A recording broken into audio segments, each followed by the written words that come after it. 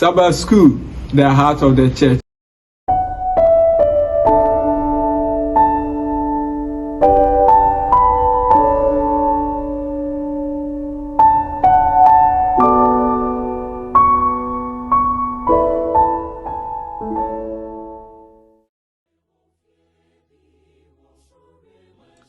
Adolfonom any nyamema. Ema ye nyina ye ho akwa aba. Eba adesua etoso enso ama aman so nsem. Watu ne din say becoming a rich Adventist. Abofra rain a pese oye odefo ewo SDA emu. Na wadi 12 years. Na ohwe said the SDA fo mpanifo bi a na oye emo afuo wesika na no pese chenchena oye odefo. Enti abofra yi de ne ho edom SDA fo. Adwene woni trim nya nkwagye na emom eyesika. Emra owura SDA asafo emu no. Ohun se omo very simple. Atade ye kama. Ohye ohun ye onkantam onini ane bone ebi. Won maame abofra rin maame ne papa ejai ne hwe. Ejai ne hwe na yare hosem. Enti abofra yi mmereko nanim no jai suku ewiase no kra afedie obejai asori no ekonante ewiase wiemu se ne ho kire no dodo menuanom ne adofonom na okọ ewiase wiemu no moni tua de obonsam tumiye afedie no onom nsa na osmoki ewiase no di nuane ho entie 5 years later eno sempakani SD ni bi okọ ho na okoshia rain na emra okoye no pese oto nsafre rain ba asafo mu no rain say o masafo ne mu ebiu akachi amana ha no obompaye man na emre ko nanimu a no to nsafre rain say omra ne enkonsuosu enkoyina emra mo konsuosu no mu yinam na ska kakra ba ne nsam no ne ni di nkomon oto nsafre ne so omra sorry na rain ne oyememe da kwa weni adisia no etofa bo ewo ha ene say menuanom enye wo hye so eno nyamede to nsafre ni pabre na asori mo ma ye hu na hiade ye nko won chen na ye moa wo one ne ko nsuo so na one no ye na djuma eno ansa na wotime to nsa afre no abeye SDA mo ma ye mfa adesua ewo ne amaman so nse no nyame nka ye ho no moa ye emra ye wo adesua no Jesus Christ ye nyame ba yama wakwaba ediba endada Sabbath school adesua yesua no dabia no na ochiwe adesua no edesua etoso enso eno ene de Philipfo enwuma no adesua ni nyina eba na wiye na oche ewe mu adesua etoso enso no adesua no etifi asem ode amaye nse osoro man no ba nyame ba menu mienu se yekase ubi eye oman bi ba na kire se nipa no ofiri oman potin bi emu so we Ghana oman ba na chese Ghana na ofiri unchira nkasa fri Ghana we Zambia oman ba chese Zambia nkasa ana ofiri se nipa we etukwan agupi oman bi so a wonim se enye ho ene ye oman na ofiri so na oman na ofiri so ankasa ewo ho na dabia no nani egusua ejina ne nchi adesua yi ebema menu menu ate ase se enye asase su ene efiri na eye osoro no ema na se eye osoro no ema eno ene nidaso a yenani esiso na eno ene ehye menu menu ede ewo ye hawo a ye famu ewo asase ewi eso na desua we eba menu menu ate asese se osoro no ma ye wo akonya ahodo pie ewo ho a e bata ho a menu menu yebenya na sanso ene ewo asudie enso ewo so na bra yebere na desua mu ne ate ase osoro ema na nkasa asiye no yebese se yebebo mpaye bra ye nua bema David edi ebewura ina desua no mu no twedampo wona ntiase eni nyansa fru be kasa fa ye nua bema David mu na ma yente wasem asiye afenso ma yina ye tie enso wasemu entiase ewo Yesu di mu amen adofonom ma ye nyina ye ho akwaba eba adesua etoso enso adesua yi watu ne din se osoro maino eba osoro maino eba so ofa Bible now be called Colossians chapter 3 verse 1 ɔse sɛ afei deɛ yɛnyane wɔ Kristo mu a sɛ yɛne Kristo yɛnyane a sɛ yɛwɔ Kristo mu a ɛneɛ mom yɛhwehwɛ wɔ soro deɛ beaeɛ a Kristo ɔte agya ne nsa nifa ɛsoɔ dodoɔ a wɔwɔ Kristo mu ɔsomafoɔ Paul tufo sɛ asase ne mu nneɛma wɔn ka ho ɔsoro ɛdeɛ ɛna wɔhwehwɛ me nuanom sɛ yɛka sɛ obi ɛyɛ ɔman bi ɛba a ɔman ko no a woyɛ ne ba no wowɔ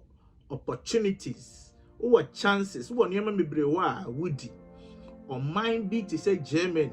si awo wɔ hɔ a ebias wowɔ mu a wo sukuusɛm yɛbɛfa ma adwumasɛm yɛbɛma sure sɛ wobɛnya adwuma yɛ o health yɛbɛtake care of wapɔmɔden ebia wowɔ Italy nso a ɔmo bɛ send sika kra ma maame sɛ ɔmo mfa nhwa abɔfra ya wo no wo America woyɛ citizen wowɔ konya hodoɔ ɛsen wɔn a ɔnyɛ citizen saa nso no wɔ Ghana wowɔ konya hodoɔ wɔ nneɛma bi ho ɛsen wɔn a ɔnyɛ Ghanafoɔ ento ɔman ba biara no ɔmo wɔ nneɛma a ɔmo di a ɛboa no efi sɛ ɔyɛ ɔman no ɛba na yɛba onyame mu nso no onyankopɔn se yɛyɛ wɔ soro ma enti yɛwɔ nneɛma bi wɔ hɔ a etwa sɛ yɛyɛ ne yɛnya saa mfasodeɛ no enti wayɛ ɔsoro ba yi no mfasoɔ bɛn ɛna yɛsɛ wunya ɛnɛ etwa sɛ yɛhwɛ saa nneɛma ɛno abrantie bi a na ɔyɛ medical missionary na ɔyɛ sempakani a ɔhwɛ nipa yare na ɔde wɔn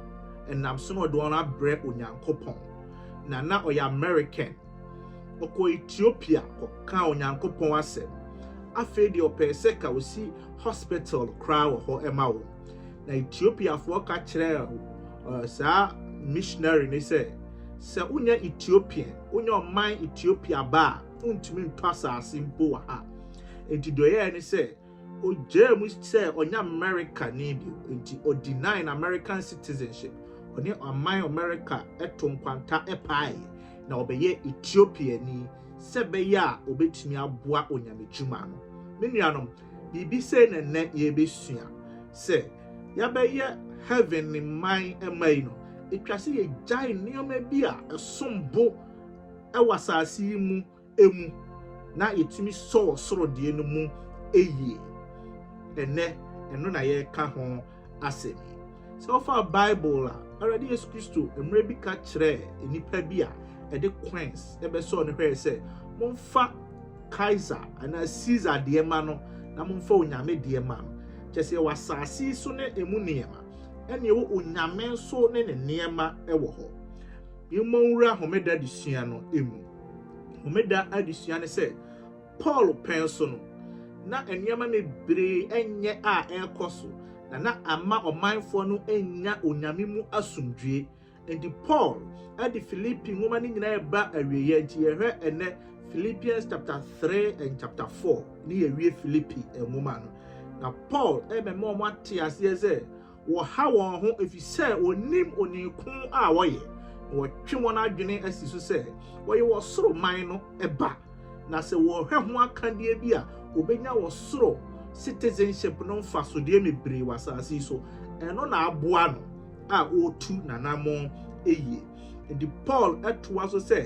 ɛna wɔanwenedwene aha wɔn ho ansɛe asomdwie ɛkwa na onyankopɔn ɛwɔ inner strength a wɔde adom ahenie ma ɔwɔ asomdwie ne ahoɔden sononko bi a wɔde ahyɛ yɛn mu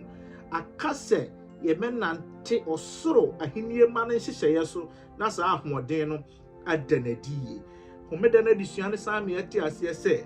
ɛyɛ ɔsoro ne n'ahenie no ma no deɛ etwa sɛ yɛde yɛn ho hyɛ wɔ soro ahenie no mu ɛsen asase ahenie ne emu amanyɔsɛm yɛnkɔ kwasɛra no adesua ne so ɔsi role models enipa bi a etwa sɛ yɛsua wɔn obiara pɛ sɛ kɔ yɛ sɛ ne maame anaa ne papa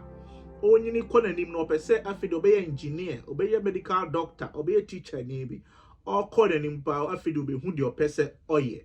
asafo ne mu nso ɛyɛ na nipa bi pɛ sɛ wɔyɛ ebinom adenti sign anamo ahodo a wotu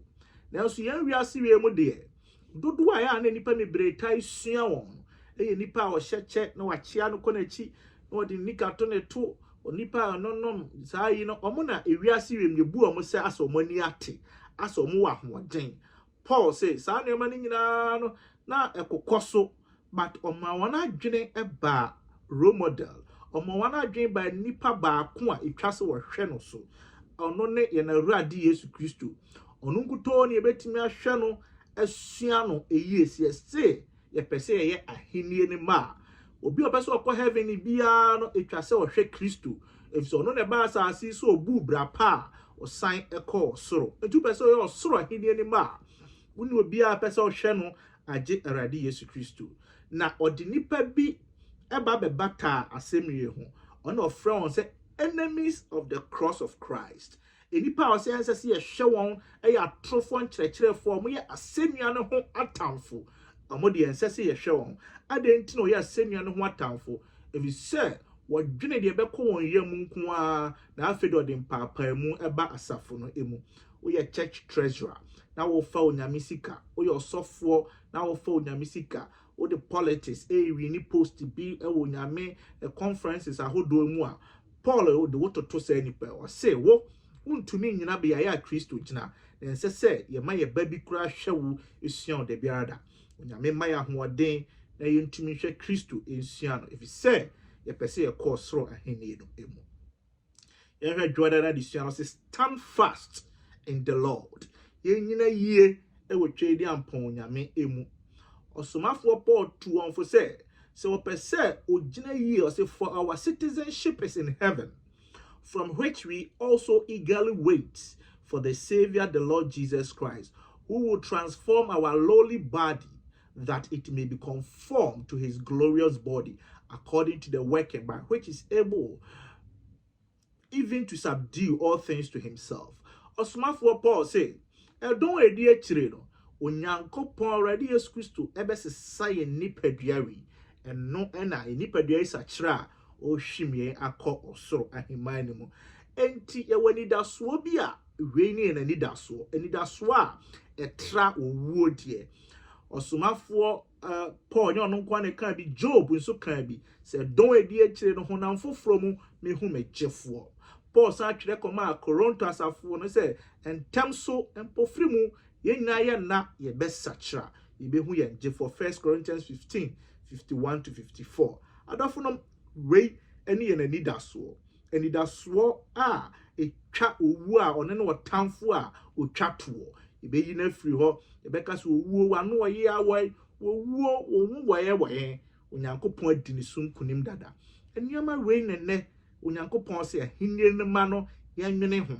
enye se metoka bi ni nyina ye mesi dan ni nyina ye but de dikan etwa se adwene ho eye se wanya ka wanya dan no na wo kaunsa agubu ena edon edi akire no edien ena ebeto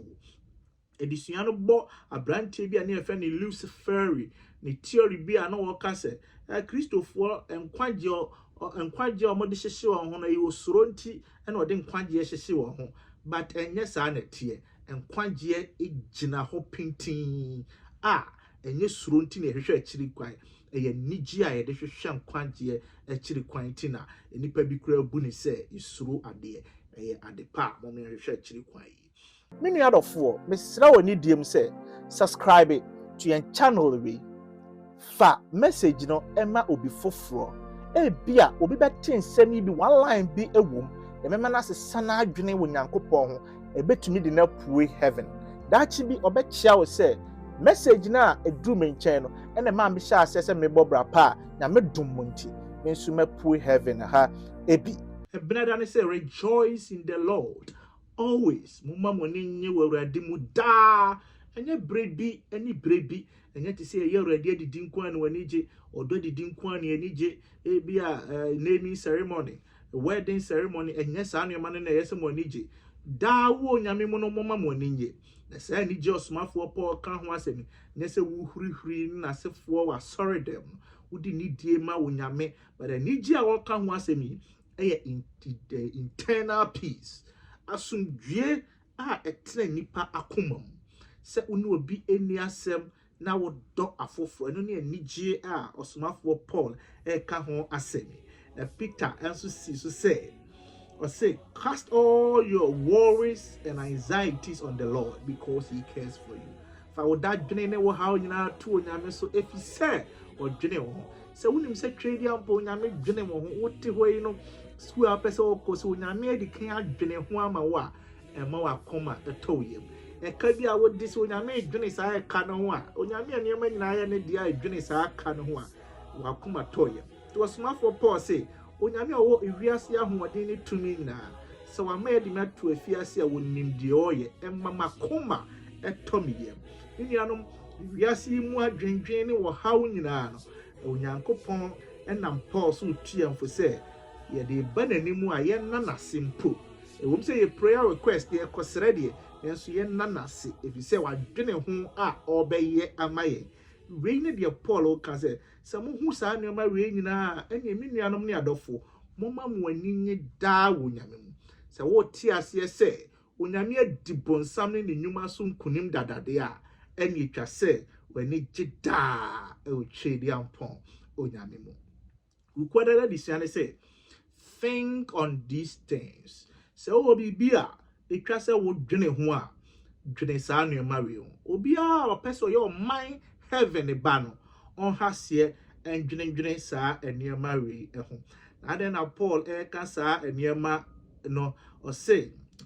finally brethren whatever things are true nneema wo kan wasem ye through idea ye no kre whatever things are noble idea say needie are just idea ye pepe pure idea mutie lovely idea ye wo good report ini ehho asem ka any virtue is anything is praiseworthy meditate on these things minuanom se bibi wo ho a etwase ye a ene nneema we ena ye nwene ho nneema be na Paul ka ho asem the things which you learned and received and heard and saw in me nneema motie na mogie na mo hu wo me mu no mo nwene ho na eno na mama onyame asomdwe ene mo atena da onyankopɔn asem eni minuanom mo ma ye nwene ye nyonko mo ho adwen bone se ye pese ye kɔ heaven a osomafo Paul's asem mumie ntwitwa tronkyere ye ho enye nokre noble muma enidie mo ye ho nya nkomo nyina ne edi enye ntade nyina ne ye hye enye baabia ne ye tena enye baabia ne ye nante right ye nya ne ma pa pure muma ye husi ye mu ye fita lovely muma wodo eni kan ewo ye mu osomafo Paul o twe adwen abasa ne ma yesua ne yate nnuanom ne ma we ne fi enkwada abrem ye de atete yen kyerɛkyerɛ eye papa muma nneema bia ma hyehyem sei is just afunu ye boring enti afidi ye pese ye di nneema bi ba enya no ne ye teye enti emfa entu na mo nneema bi nipa bi pese o de ba onyame asafo mu no saa nipa no osomafo Paul say oye enemies of the cross onye citizens of heaven muma ye nwene saa nkrofo no ene won nneema ho kra muma ye nwene heaven ede ye wadada disuan say keys for contentment we are having in mind by the asasi we ebe time na enema asasi we di be time no osomafo Paul say our keys bi ema on safo bi a ubetimi de abo wo ho eban adenti na osomafo Paul kasa efi say ane osomafo Paul gitum say wo haw no beba so hwe ne beba then so ne nyina mu no ensem bi ti say Psalm 23 verse 1 the Lord is my shepherd I have nothing, I have everything I need. I shall not want. Me share hear me. Onyame ne me hwefo. Se twedi ampo onyame ne hwe de a ene me nua bibia no eso wani eviso onyame ne de ama. Matthew 6 verse 32 was your heavenly Father knows that you need all these things. Mo hwe wura musu kokko ni sa na ma we nyina mo se mo omo aho ofe no nyame ne de ma omo onyame de chance a ebemamo. Peter said, give all your worries and cares to God, for he cares about you. Twedi ampo nyame edwene wo ho. Na somafo Paul de na asem ne ba we o Filipino or say, my God shall supply all your need according to his riches in glory by Christ Jesus. So we trade the amponya mimwa the here biana or the bed domo a bed shower nyam na a bed broso and yama way ena a chase mumano etete yen and crofo and quadie near mohom paye. Ahoɔden a yɛde bɛkyɛ wɔ nyame asɛm ɛno na yɛsɛ ɛhaye sɛ yɛde afoforɔ bɔne bɛkyɛ wɔn a ebi ɛhyɛ yɛn mu a yɛntumi mfa nkyɛn wɔn ɛna yɛsɛ ɛhaye ahoɔden a yɛde bɛdi wɔ nyame mmara nsɛm du so a bi a yɛnyaeɛ ɛna yɛsɛ ɛhaye sɛ yɛdɔ afoforɔ ɛtan yɛ ɛna yɛsɛ ɛhaye nimdeɛ ɛwɔ wiase yi mu a yɛde bɛdi bɔne so ɛne sɛ nimdeɛ yɛde bɛte wɔ nyame asɛm ase a bi a yɛnni ɛna yɛsɛ ɛhaye na sɛ yenya biaye bia yebeye yebepagya dan tenten bia ma nipa bɔ yɛn din saa nneɛma asase ni saa nneɛma ne nyinaa moma no haye moma honhom mu nneɛma haye na daakye bi sɛ honhom mu nneɛma ehia yɛn na yɛkɔ heaven a di yɛn kom sɛ yɛbɛhu sɛ nneɛma a yɛnya na asase yi so yɛho a yɛde bɔ afɔdeɛ nyinaa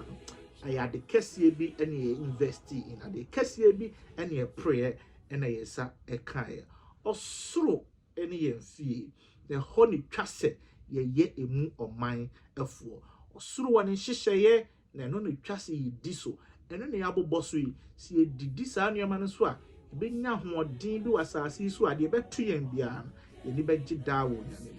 ne moae wɔnte na ne kyerɛ o Jesus Christ dim ti amen onyankopɔn wɔnte na ne kyerɛ na onka ho yɛbɛsrɛ wo modern sɛ wobɛsubscribe ama yɛn na adesua foforɔ ne yɛnya de batum pɛ wo nso sɛ atumi aka na yɛn nyinaa yɛsua adesua nkakra na ɛboa siesie yɛn ma ɔsoro ahenni no ɛno nti yɛnya de batum a modern sɛ wobɛhyɛ link na ma obi nso ɛnsa atumi aka na diehard ɛwɔ adesua hodoɔ bebree a yɛhyehyɛ wɔ kwan so de aba wɔ akwan mu ɛno nti modern na ne yɛn tena ha no ne wɔ ne papi no a and you ede emawo until next week same time diehard yes answer the Sabbath school edition no ebebro unu nyankopon ho ho ntena